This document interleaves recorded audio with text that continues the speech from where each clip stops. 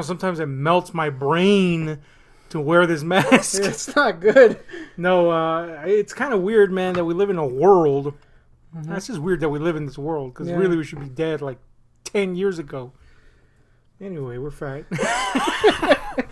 No, it's weird, dude, that we live in a world where this movie exists. Like, if you really think about it, this is a strange movie. Yeah. It's like, it's incredible even how strange it is, and that it was made for mostly an English-speaking audience. I mean, it got distributed elsewhere, but I'm saying, that's the you want to get the most money from the English-speaking people, especially if you're Mel Gibson. Yeah. Interestingly enough, the Mexican seems to really like this movie. I mean, well, come on. But they're also the people that won't pay for this movie. So. Yeah, irony of ironies. No, really, it's weird, man, because it's not your conventional film. Apocalypto is, in case you can't read what the fuck that says, and can't read the title, and for some reason just clicked on a random video with two fat large yapping. If you can't do all that, that's what we're talking about. Yeah, man, this is a movie that sprung from the loins of Mel Gibson. More so than others, because he actually co-wrote this one, on top of directing, producing, and getting drunk on the fucking Yucatan Peninsula with a bunch of natives. So much so that there were stories about him constantly in Mexican media. There you go. That happened. I like how that was in fucking Dolby SX. It was intentional. Yeah, man, this was a weird fucking movie during its production, in its pre-production period, and afterwards. And now that we're watching it again, I was kind of blown away by, again, not only the inherent strangeness in the material, that it exists at all, but just by how good it is and how different I perceived it nowadays versus back then. Back then, I was just like blown away by a lot of that previous shit that I mentioned. Just like I was like, wow, this is a fucking movie, isn't it? Mel Gibson's fucking insane. Yeah. This exists. This is crazy.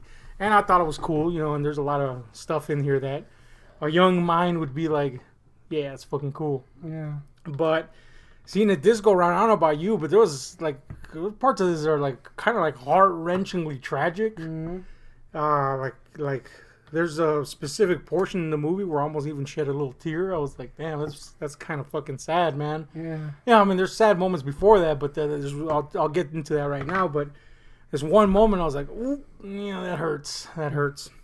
Meanwhile, Mel is stroking into pain. Meanwhile, Mel is just fucking running his characters through the ringer, making sure they hurt at every turn of the corner, and then giggling somewhere in the background as entire theaters, I don't know, wince in agony themselves. Yeah. Mel Gibson is a sadist, is what I'm getting at. Yeah. And it shows sometimes in his pictures. And if you've read anything about the man, he kind of reworks scripts so that there's more violence in them. But you know what? As quasi-gratuitous as some of it can seem, I never felt in the Mel Gibson movie yet that he's directed that the violence was gratuitous. It always seemed to fit into the material. I'm telling you, this plays into my theory that he just films all this gore and grue, and then just keeps it for a secret collection. He has like a weird sadist jack reel. Yeah. It's just like the bonus gore.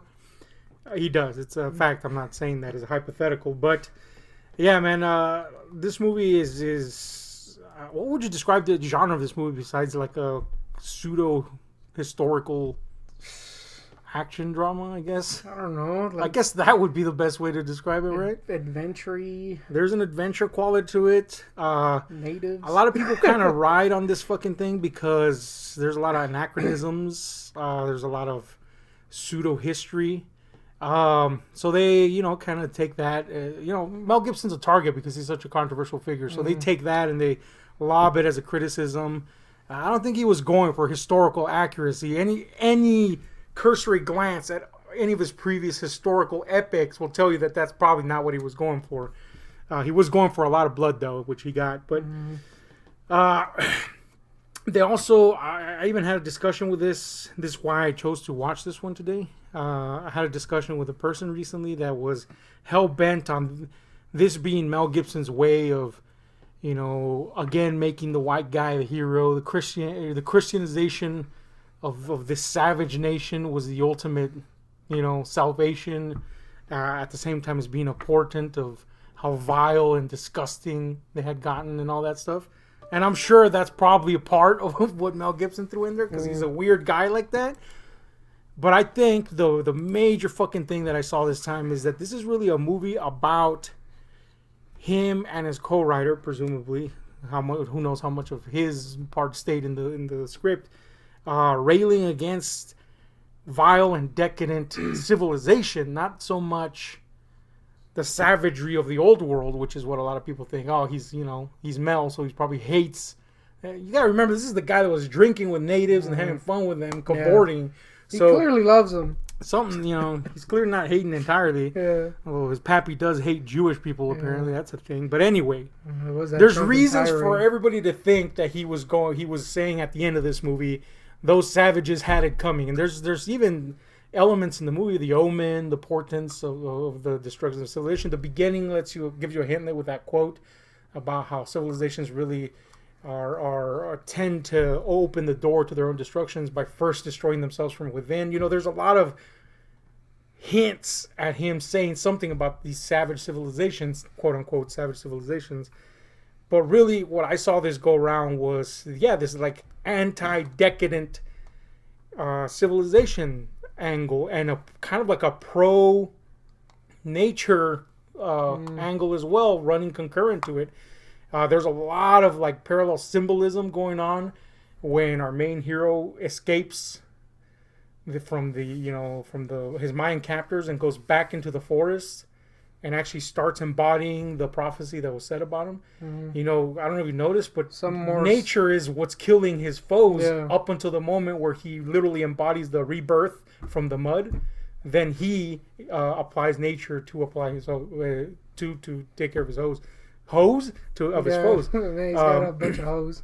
So there's all these elements in play that I think there was something bigger going on here. I feel there was something bigger going on here.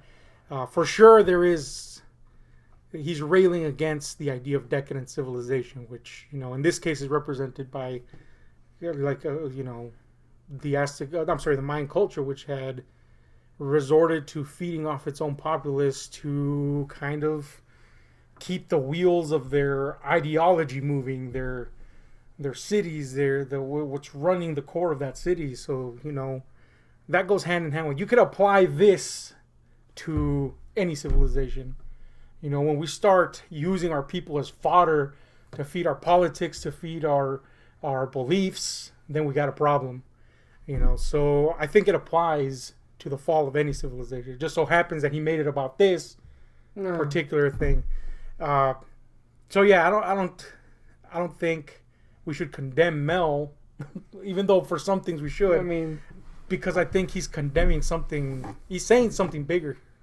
And the nature narrative itself is pretty fucking clear. The parable that the village elder is talking about during the meeting before the capture of our character.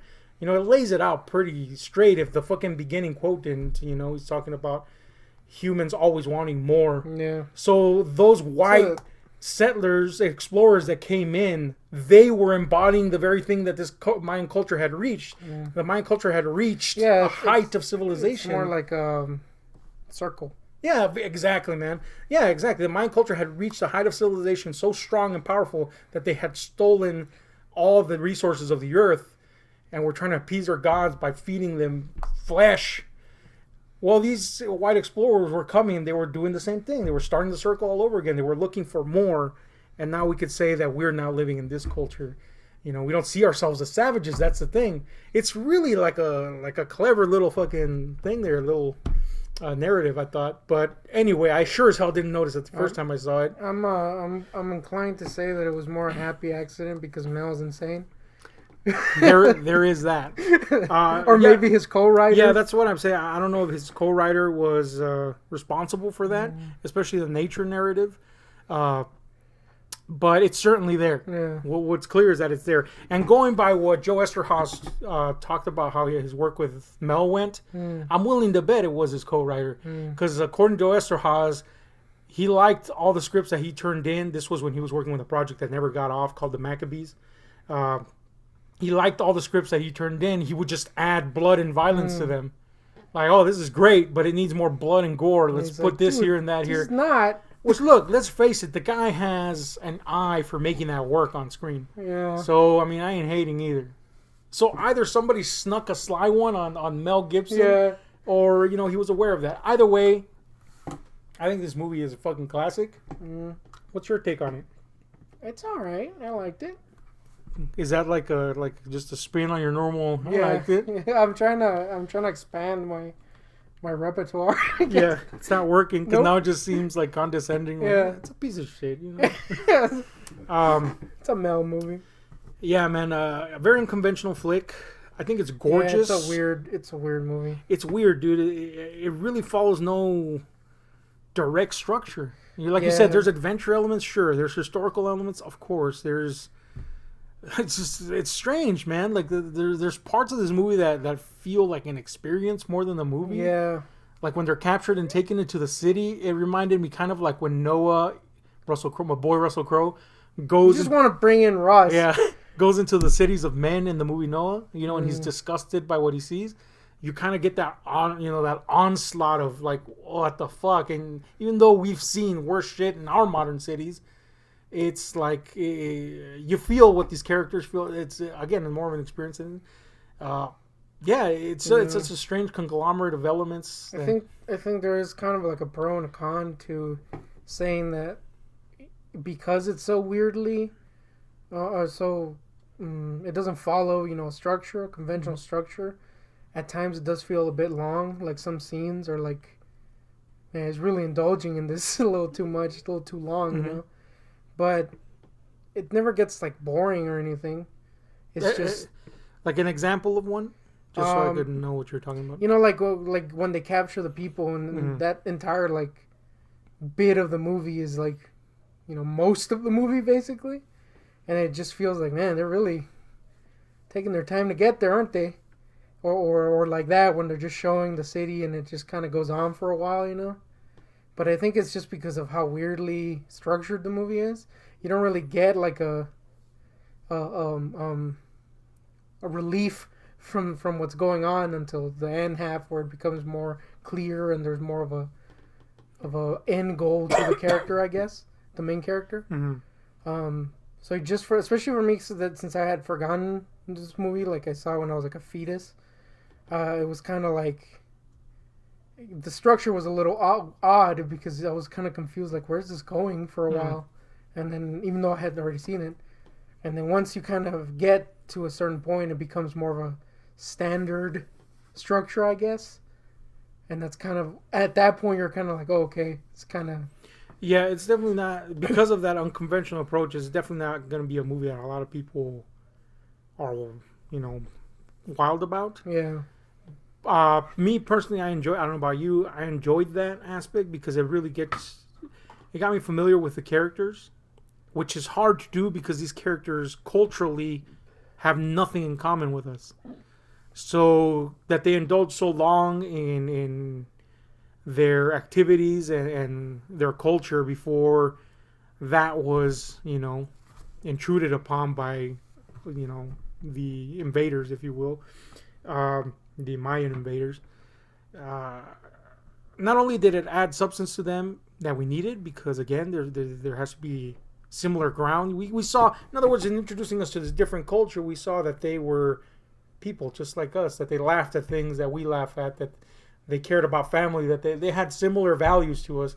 So when this intruding force comes in and it's a prolonged, like you said, like a very prolonged sequence, almost fucking masochistic in nature, to me it came off as wholly unsettling. Not just because, it was gruesome, their subjugation, now from the moment their village is raided to the moment they're taken to the Mayan city, it becomes like grueling in the sense that you would expect something like this to be, as far as you can experience as a watcher, of course. It's not a fun thing to watch. Yeah. So to someone, and I don't mean that in a bad way, I mean that cinematically it achieved the effect of this being like, oh man, this is fucking horrible for these people. And especially since you're kind of used to, as a viewer, you're kind of used to certain things happening.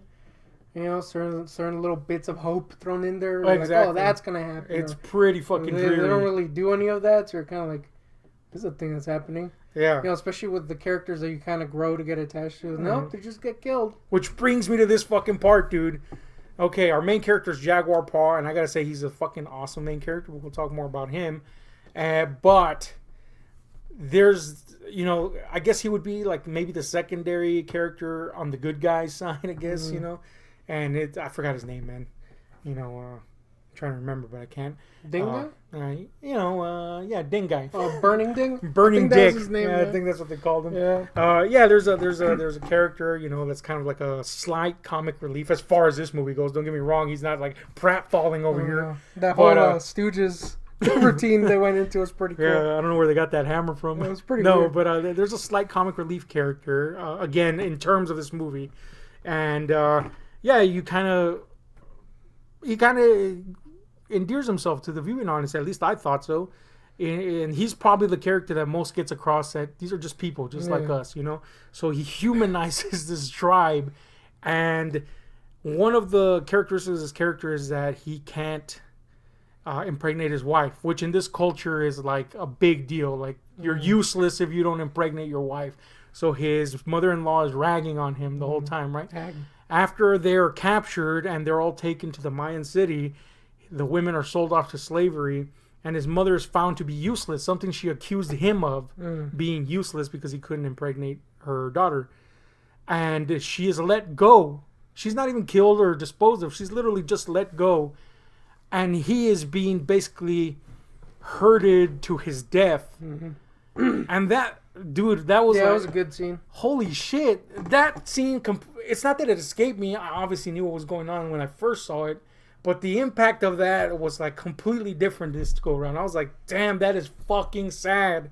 That is fucking sad. Here's this woman seeing her son-in-law, who she called useless, being finally useful for something. And he's useful because he's going to be a sacrifice. And they have this look in their eyes that says, I know what's going to happen. And, you know, the irony of that situation. And then them just like wistfully looking at each other, knowing, I just wish we were back over there and you were ragging on me. Whoa, man, that was such a fucking sad scene. And then, you know, that longing gaze she gives them, and you're like, God damn it. You know, that simplicity, you crave for that simplicity again. And I think that's something that touches onto the larger arc of Jaguar Paw's story, where he's not only wanting to go back to his wife, which he left behind, he's going back to nature. He's going back to that simplicity, to that innocence that was lost when their other Mayan counterparts grew into civilization and knowledge and power and, you know, this greedy side of our humanity. You know, I think that little microcosm of a story really told the bigger story that was going on there. I thought that was a powerful scene. I thought that was awesome. And there's lots of scenes like that have an impact in different ways throughout this movie. So I'm going to put that as my first pro, that there's little scenes in this experience that you're going through with these people that just really fucking, if you really pay attention to the themes and the stories going on, will knock your socks off because they're really, really well implemented. Give me a pro, you got one. I like that up-to-date lingo. Knocking socks off. Yeah. I linger in the 20s. I'll tell you what I thought was the bee's knees in this film. Bees? Yeah, bees. There's bees in this that are used as a weapon. That's pretty cool. You also get like a little a little predator scene of using nature as your weapon, which is cool. I always like those scenes. There's a little frog used as a weapon, which is always great. That frog was not happy at being prodded. Dude, that frog was being prodded pretty hard. Mel was in the back laughing. I think this movie, apart from all that, which was actually really real pros, I was not kidding. Yeah, I'm with pros. you. Usually I'll be like, come on, dude, give me a little real pro here. Frogs. I'm with you. Frog being prodded and looking pissed. Yeah. It was hilarious. But anyway, no, go ahead. Apart from those very real pros, I think it has some pretty good imagery. Oh, yeah. So, yeah, there you go. Yeah, I man. think the way certain things are just shot and framed, and there's a lot of color in it that is, it's kind of, I would say it's the most impactful in the city area. because you do kind of get like this very different look to everything that you're used to. And it just kind of it's some good imagery in the film in this modern day where you just kind of see things and forget them afterwards. Yeah. I'll tell you what, the most memorable thing for me about this movie, the first time I saw it, that stayed with me up with this is the second time I've seen it since the last time I saw it in the theater, which I did see it multiple times in the theater, but since then I hadn't seen it. And then of course there was the insane search for a Blu-ray that didn't cost $2,000 for some fucking reason. But anyway, first con, by the way. Yeah. The Blu-ray. The thing that stayed with me the most were like you say, those like really impacting, beautiful images that sometimes beautiful in their gruesome nature. Even it's just a very visual movie. It reminds me a lot of Conan the Barbarian in the sense that it's images and music that take you along the ride. You know, it doesn't really depend on dialogue, though there is some of it, obviously. It's really not necessary to understand the movie. You know what I'm saying? I remember. I think it's at its strongest when it just kind of cools off the dialogue, because there is some bit of building between the characters in the beginning, and especially with the main character and his wife, and some of the dialogue comes off a little weird because you're used to hearing it, so reading it, it's just kind of odd, you know. So I think it's the strongest when it's just showing you stuff, and letting you fill in the stuff, the gaps, I guess. Yeah, this is a movie that could have been, you know, they could have done away with the bulk of the dialogue. Though I think some of it is very pivotal. Yeah, you know, especially like that story that the elder tells. Obviously, very pivotal to enlightening you about what the hell's going on thematically throughout. But you know, very strong visually, and. Again, with the score as well, which I guess should get a kudo of its own, you know. If you like tribal drums, this is your score, which I do, so cool. There was one part in the movie, late in the movie, where I think they gave a dude like a flute and he went a little crazy with it. It was like, Ice Cube's flute guy. Yeah. Man, I can't wait till Ice Cube samples that shit. If you like Ice Cube, you'll notice that his old shit has a lot of flutes. Yeah, if you don't like Ice Cube, you should listen to him and notice that there's a lot of flutes in it. I just gotta say, the best way to diss someone is to diss them whilst playing flutes in the background. Yep. So anyway, flutes. It's definite pro. Another pro for me is the locations are phenomenal. The sets are amazing. This was shot, I believe, in the Yucatan Peninsula, if I remember correctly. I may be wrong about that. It's my favorite peninsula. But as far as peninsulas go, one of the best. It's pretty good. With top 10. Except for the earthquakes, I guess. But, it's not great. And the dinosaur killing comet. So that's bad. But anyway, the beautiful, lush rainforest. These sets and locations that they use for the Mayan city are stunning, to say the least.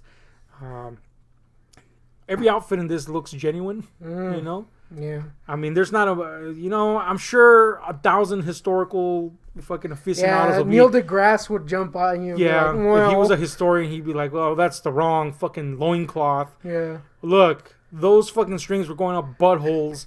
That's all I need to know that these people were tribal folk. That's it. Imagine cleaning those shits after a long shoot. I'm sure there was no cleaning at all, but... Stinky butt floss aside, every fucking costume looks like something that you would imagine it to be. Yeah. Which ultimately, a movie like this, you know, imagination goes into it a lot, you know. Historicity was not a concern of Mel Gibson. We've established this. All right? Yeah. Too many times have I heard this critique. It's a critique of a person that's got nothing to lob against the movie. And they're just like, oh, historically speaking. Yes, historically speaking, the bulk of every historical movie makes no fucking sense. Yeah. Anyway, get that off my chest. Another plus for me was the cast was, you know, considering this is a cast of nobodies. Yeah. They make, and by that I mean, you know, in terms of Hollywood, they're no names, and they're all natives or natives to the area, people of indigenous descent. There's no whitewashing. There's definitely no whitewashing, you know, so that's... Mel Gibson as the main character is kind of weird, though. I'm surprised he didn't put himself in there as a jaguar. It's just him with like black paint on. That's why he's in the mauling scene. That was Yeah, him in the sock puppet. He wanted to get mauled. Yeah. No, he wanted to maul. Yeah. No, yeah, man. The cast, fuck, man. I can't tell if they're acting well or not in the language that they're speaking. That's the beauty of it. But it sure as hell fucking works. But I imagine if I spoke some sort of Mayan dialect, maybe these people weren't great actors. But you know what? We don't fucking know. We can't tell because from our end of the spectrum, looks fucking great to me. I like the cast, man. They were all pretty fucking amazing. The villainous, Chongo guy. yeah, the villainous fucks in the Mayan capture party. Oh boy, did I want them dead. Yeah. You know what I'm saying? So that was satisfying every time they died. Teeth. Them teeths, you know. I don't know if that was a makeup thing or for legit. Yeah. That's what I'm getting at here. The Boogie realism would be is on proud. high. Yeah, Boogie 2988. Stop showing us your teeth. It's not good. Just an aside there, because teeth reminds us of his fucking big ass horse teeth. Anyway, give me another pro. We got one, man. I can't honestly. I think you hit them all for me. All right. Another pro I'd like to throw out, just as a last little number here, is the use of physical effects. You know, this movie could have easily been destroyed by a dependence on CGI. It would have taken you out of the experience entirely to see CGI plastered on this thing. It's used once or twice, and it's usually to enhance something, and virtually unnoticeable for the bulk of it. There's butt floss reducing. For the most part, 99% of this beautiful visual effects. They work wonderfully throughout, and I say that realizing that they're incredibly gruesome as well. So there's that aspect of it. Yeah, man. So kudos to that. It's rare that we see any of that. So that gets a thumbs up the butt. Let's talk about cons. Have we got them? Yeah, I got a couple. There's a scene where like a monkey falls down a pit, and I just gotta say, fakest fur of all time. There's also a scene where a jaguar mauls a dude, which is a pretty awesome scene, I would say. I enjoy the mauling, but there's like 3 seconds of super fake sock puppet, which I would love to think was Mel doing this. I like if anybody's watching this that hasn't seen the movie are literally imagining a sock puppet. Yeah, it's straight up. No, it's just like 3 seconds of, oh man, this is a fake looking puppet right there, and that really fake fur. But it's a nitpick because for the most part you're kind of getting things that work, and then a little jaguar sock puppet throws you out of like, oh man, jaguar. Also, there's this freaking kid in this movie that I wanted to get shot in the face, despite the fact that guns weren't around back then, and he doesn't, and I was really sad. That's a big con for me. The weird fat kid. Yeah, this weird fat piece of shit kid. Sacrificial pyramid. Looks like ñoño.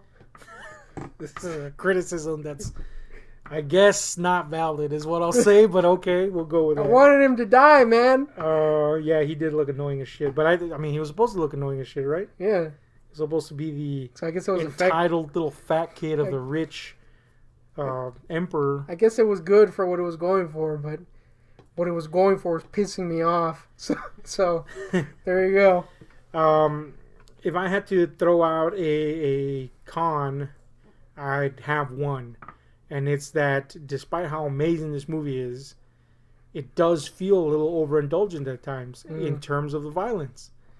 And that's a shocker coming from me, because that's usually like a plus for me. But this material is very realistic at points, so the violence can be incredibly distasteful at times. Yeah. Now, granted, the material suits it, you know, like that. The extreme nature of the violence kind of heightens the impact of what you're seeing. It goes hand in hand with what you're seeing.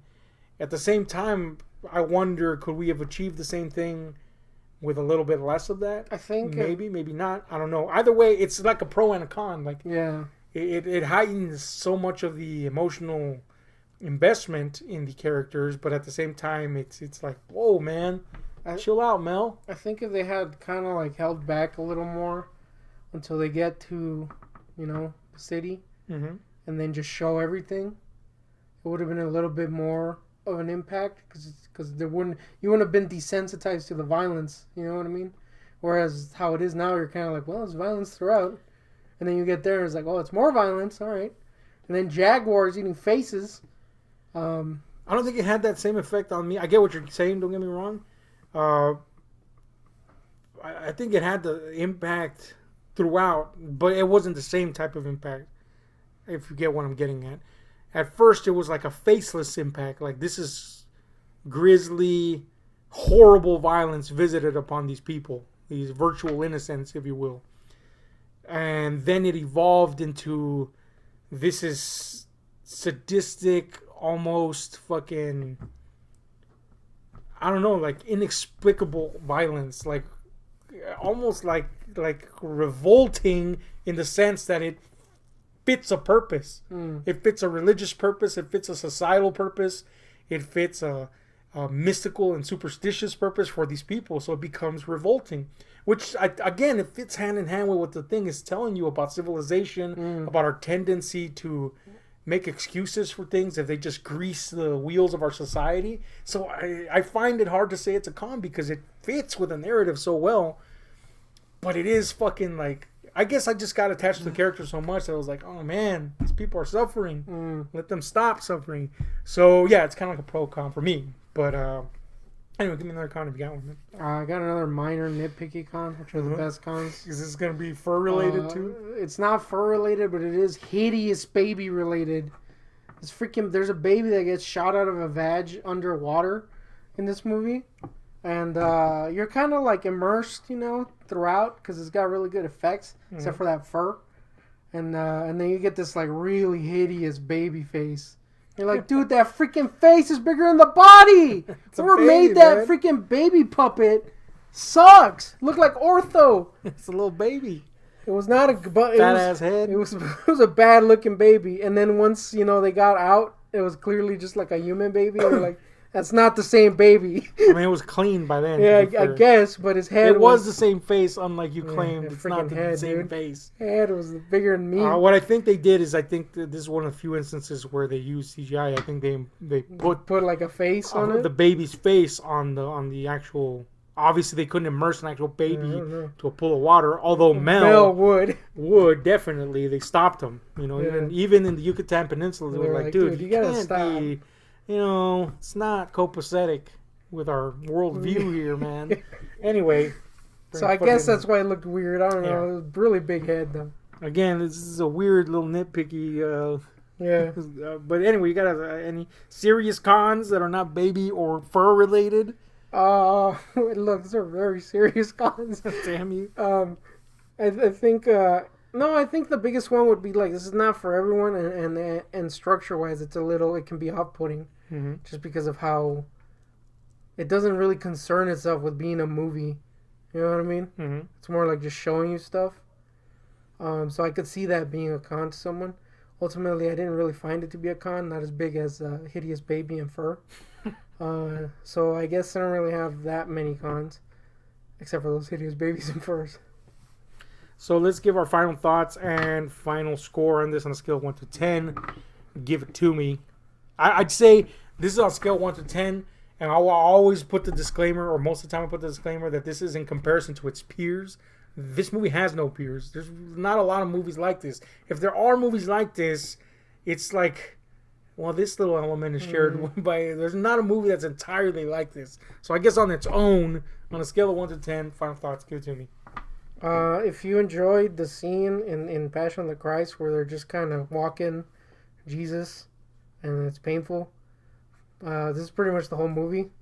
Mel went a little crazy with the group at times. I'm sure no one enjoyed that. I was going to say, until I saw that loser, cringy ass, there was this chick, no, it was me and the Guardian, I think, that when we went to go see it. There was this loser ass chick, dude. I point this out because it was lose, and back then, I wasn't even interested in religion. I was just going to see the movie, and I really enjoyed it. I saw it like 5,000 times in theater. It's a great movie. And even I was like, I was very, not only was I not religious, I was very anti-religion. And there was this cringe lord in the crowd doing the little fucking crossing her arms and ripping the chronic poster off her wall move. Yeah. You know, doing one of these with a big ass Manson shirt with her face, with a Manson face on it, going like the whole time, right? And then try to start some sort of laughing campaign. Oh. And that's like, dude, this is so. You're going out of your way to be a cringe lord. Yeah. To make some lame statement that virtually nobody in this fucking theater cares about. Yeah. And me, a legitimate at that time, anti-religious fuck. I'm going, fuck you, bitch. Let me see this fucking movie. Mel.